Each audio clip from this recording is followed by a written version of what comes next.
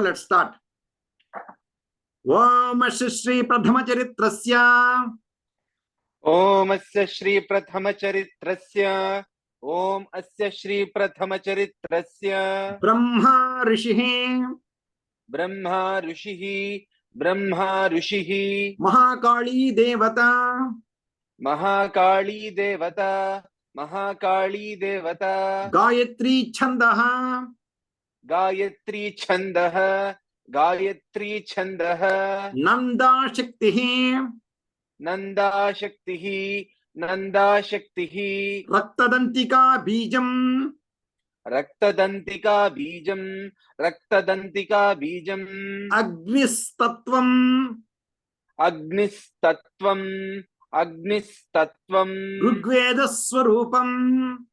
Rigveda Swarupam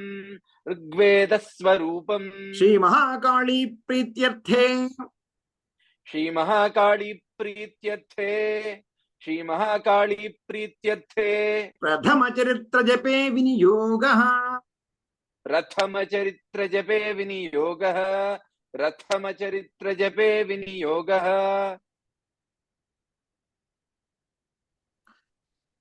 Om Shri Prathama Charitrasya Brahma Rishiः Mahakali Devata Gayatri Chandaha Nanda Shaktiः Raktadantika Bijam Agnistatvam Rigveda Swarupam Shri Mahakali Prityarthe Prathama Charitra Jape Viniyogah ओम अस्य श्री प्रथम चरित्रस्य ब्रह्मा ऋषिः महाकाली देवता गायत्री छंदः नंदा शक्तिः रक्तदंतिका बीजम अग्निस्तत्वम ऋग्वेद स्वरूपम Shri Mahakali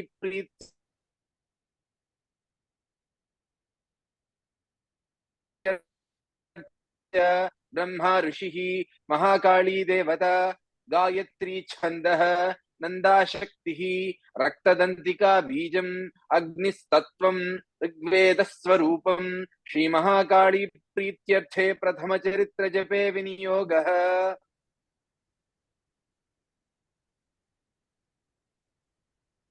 Om Khadgan Chakragadesu Chapa Parighan ओम खड्गम चक्रगदेषु चापपरिघान् ओम खड्गम चक्रगदेषु चापपरिघान् Sholam Bhushandim Shiraha शूलं भुषुण्डीं शिरः Sholam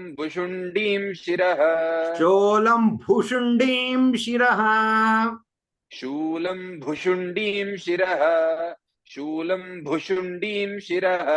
Om Khadgan Chakragadesu Chapa Parighan Sholam Bhushandim Shiraha ओम खड्गम चक्रगदेषु चापपरिघान् शूलं भुषुण्डीं शिरः Om Khadgan Chakragadesu Chapa Parighan Sholam Bhushandim Shiraha ओम खड्गं चक्रगदेषु चापपरिघान् शूलं भुषुण्डीं शिरः ओम खड्गं चक्रगदेषु चापपरिघान् शूलं भुषुण्डीं शिरः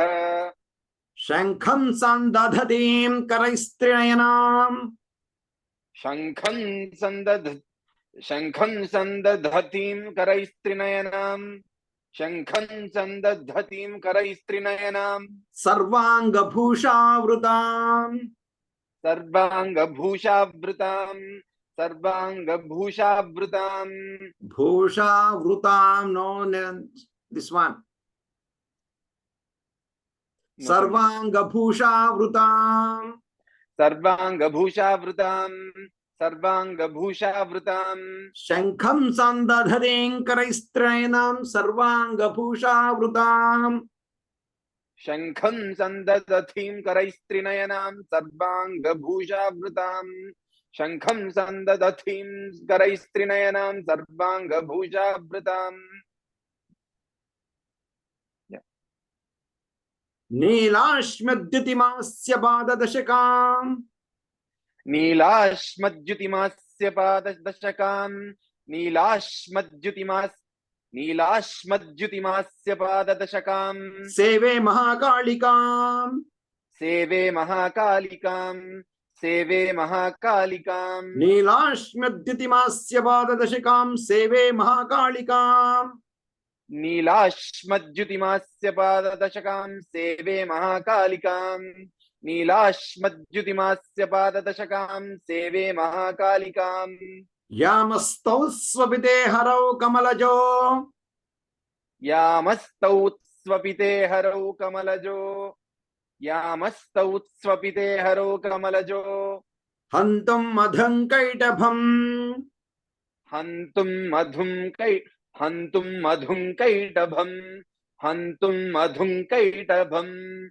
यामस्तौ स्वपिते हरौ कमलजो हन्तुं मधङ्कैटभम् यामस्तौ स्वपिते हरौ कमलजो हन्तुं मधुं कैटभम् यामस्तौ स्वपिते हरौ कमलजो हन्तुं मधुं कैटभम्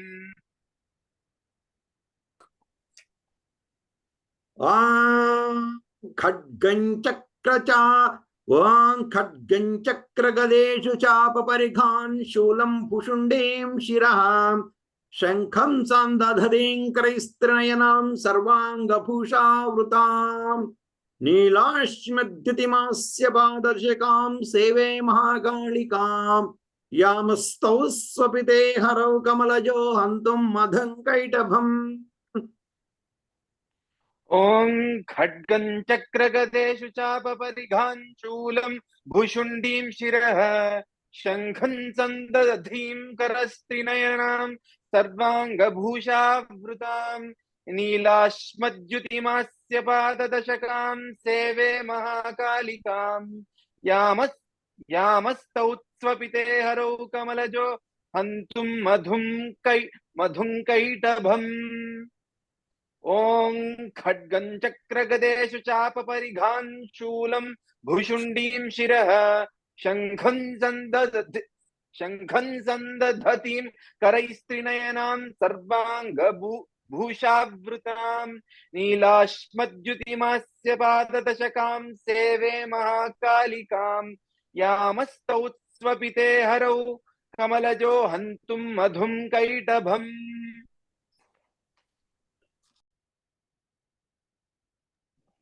ॐ ऐं मार्कण्डेय उवाच ॐ ऐं मार्कण्डेय उवाच सावर्णिः सूर्यतनयो सावर्णिः सूर्यतनयो यो मनुः कथ्यते स्तमः यो मनुः कथ्यतेष्टमः यो मनुः कथ्यतेष्टमः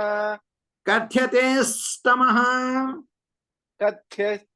कथ्यतेष्टमः यथेष्टमः कथ्यते स्तमः कथ्यतेष्टमः सावर्णिः सूर्यतनयो यो मनुः कथ्यते स्तमः सावर्णिः सूर्यतनयो यो मनुः कथ्यतेष्टमः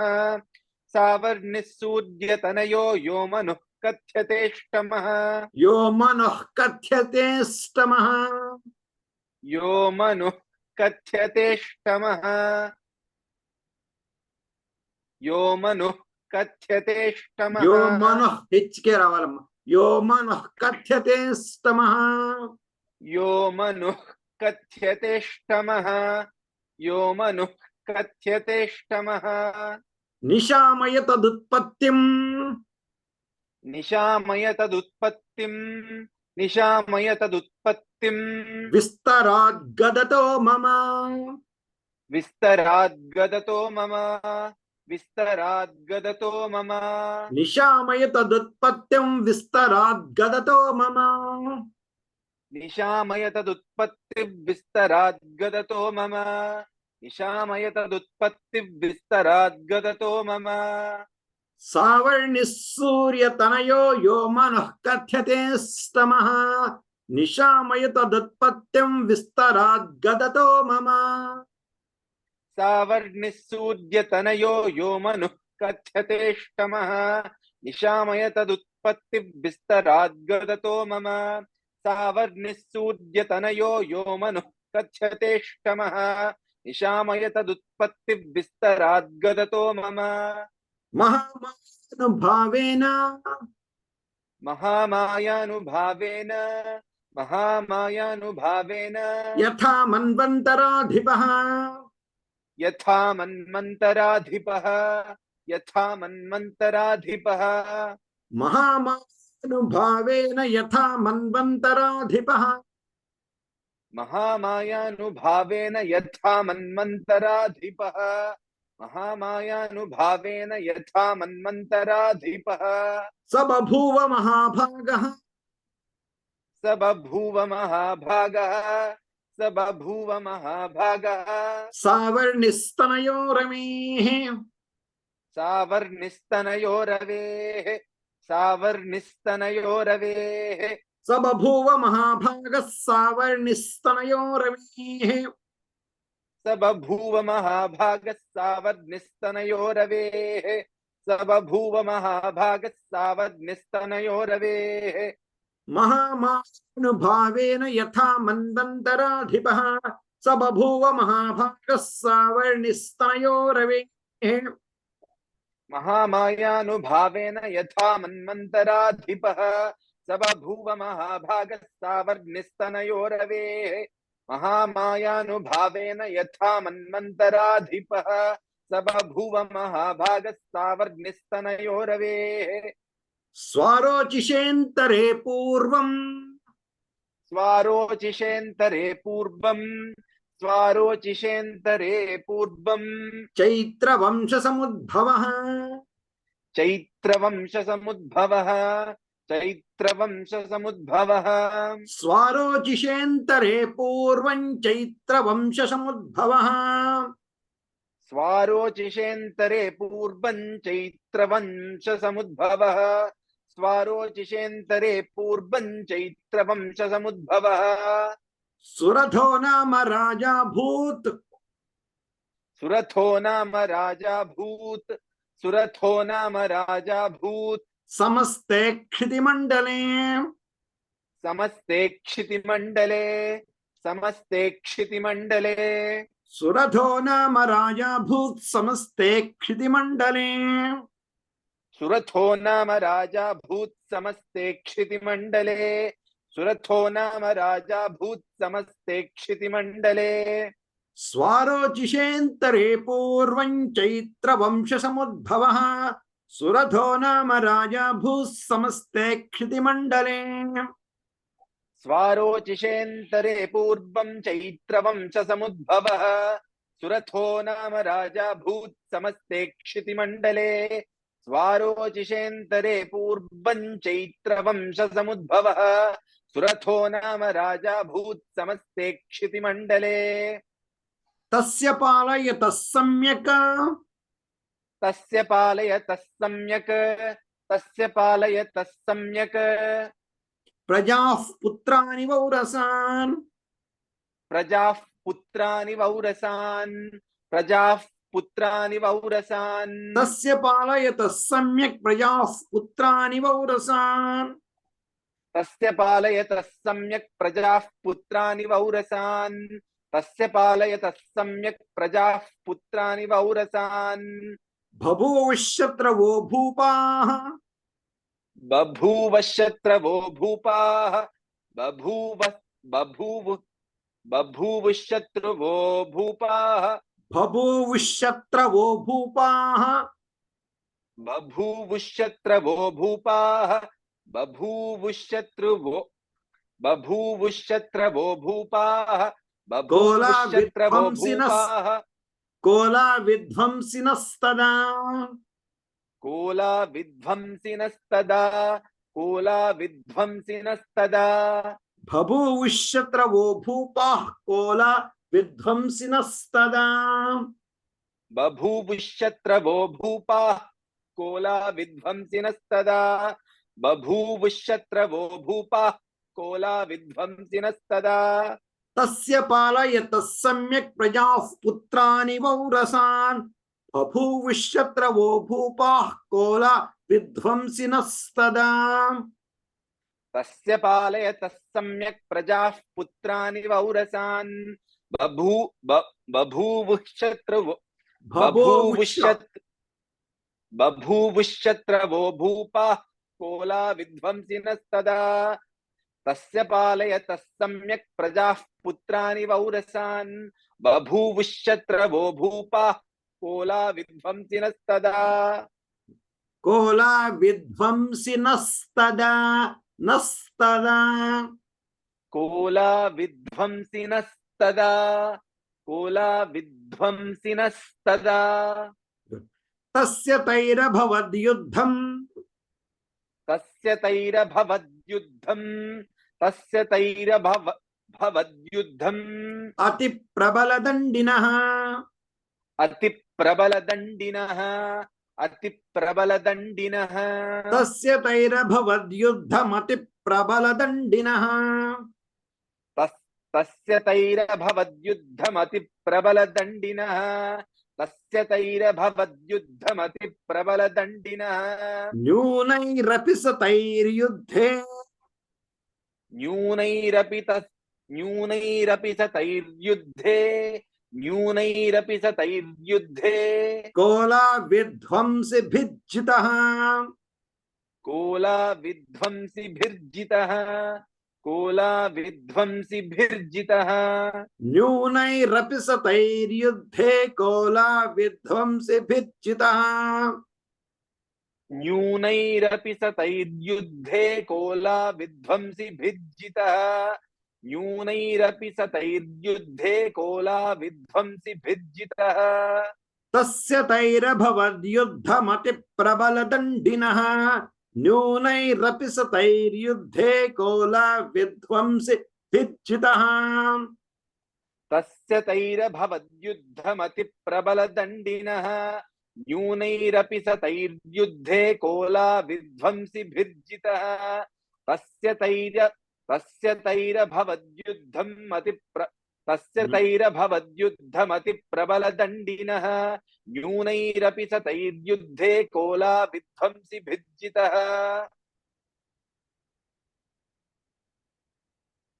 ततः स्वपुरमायातो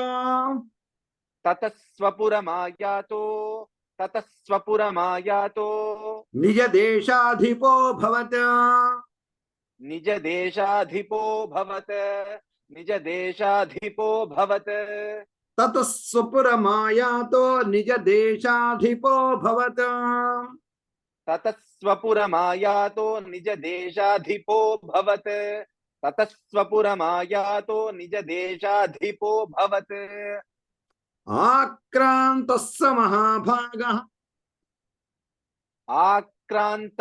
महाभागः आक्रान्तः स महाभागः तैस्तदा प्रबलारिभिः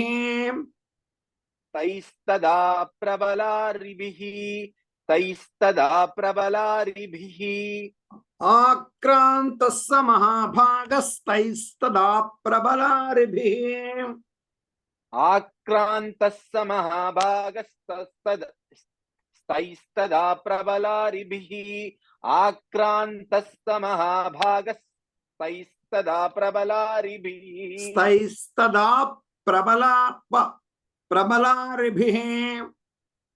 स्तैस्तदा प्रबलारिभिः स्तैस्तदा प्रबलारिभिः ततः स्वपुरमायातो निजदेशाधिपोऽभवत् आक्रान्तः स महाभागस्तैस्तदा प्रबलारिभिः ततः स्वपुरमायातो निजदेशाधिपोऽभवत् आक्रान्तः स महाभागस्तैस्तदा प्रबलारिभिः ततः स्वपुरमायातो निजदेशाधिपोऽभवत् आक्रान्तः स महाभागस्तैस्तदा प्रबलारिभिः अमात्यैर्बलिभिर्दुष्टैर्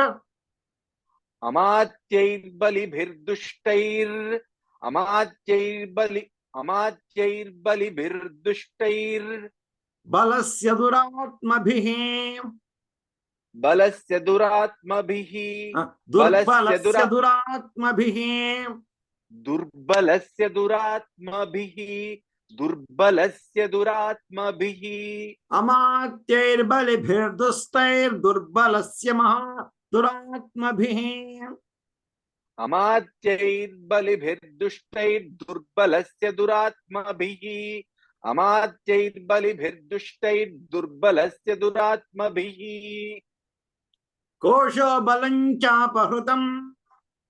कोशो बलं चापहृतम् कोशो बलं चापहृतम् तत्रापि स्वपुरे ततः तत्रापि स्वपुरे ततः तत्रापि स्वपुरे ततः कोशो बलं चापहृतं तत्रापि स्वपुरे ततः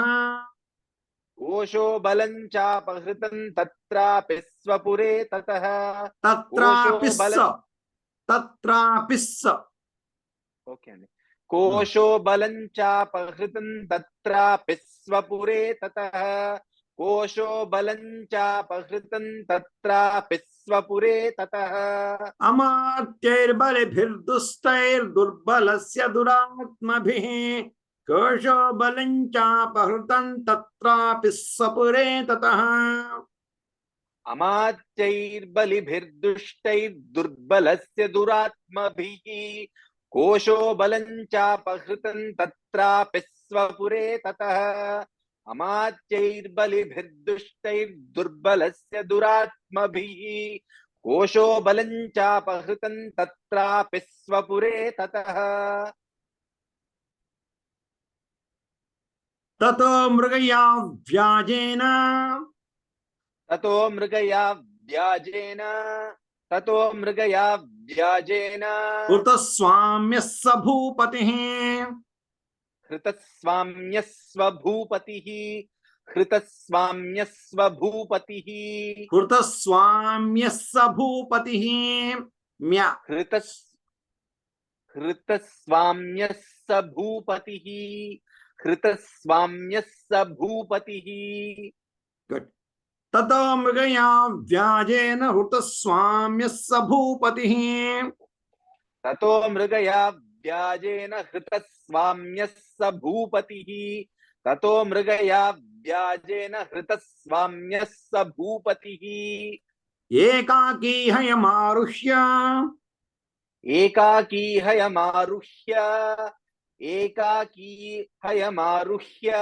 जगाम गहनं वनम् जगाम गहनं वनम् एकाकी हयमारुह्य जगाम गहनं वनम् एकाकी हयमारुह्य जगाम गहनं वनम् एकाकी हयमारुह्य जगाम गहनं वनम् ततो मृगया व्याजेन हृतस्वाम्यस्य भूपतिः एकाकी हयमारुह्य जगाम गहनं ततो मृगया व्याजेन हृतस्वाम्यस्स भूपतिः एकाकी हयमारुह्य जगाम गहनं वनम् ततो मृगया व्याजेन हृतस्वाम्यस्स भूपतिः एकाकी हयमारुह्य जगाम गहनं वनम् स तत्राश्रममद्राक्षेद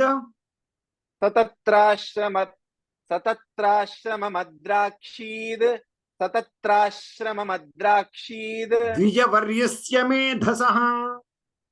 द्विजवर्यस्य मेधसः स तत्राश्रममद्राक्षे द्विजवर्यस्य मेधसः सतत्राश्रमद्राक्षी द्विजवर्यस्य मेधसः सततत्राश्रममद्राक्षी द्विजवर्यस्य मेधसः प्रशान्तश्वापदाकीर्णम्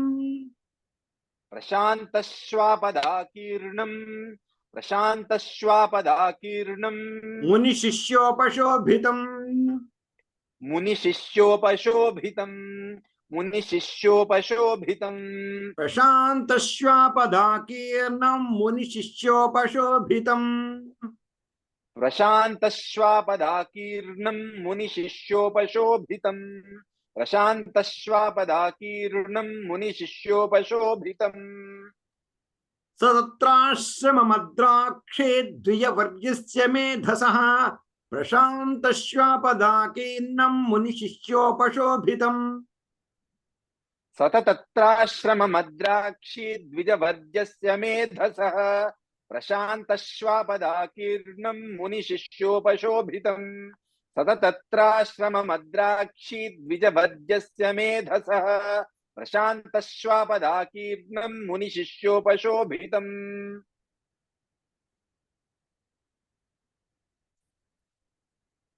ओम श्री प्रथम चरित्रस्य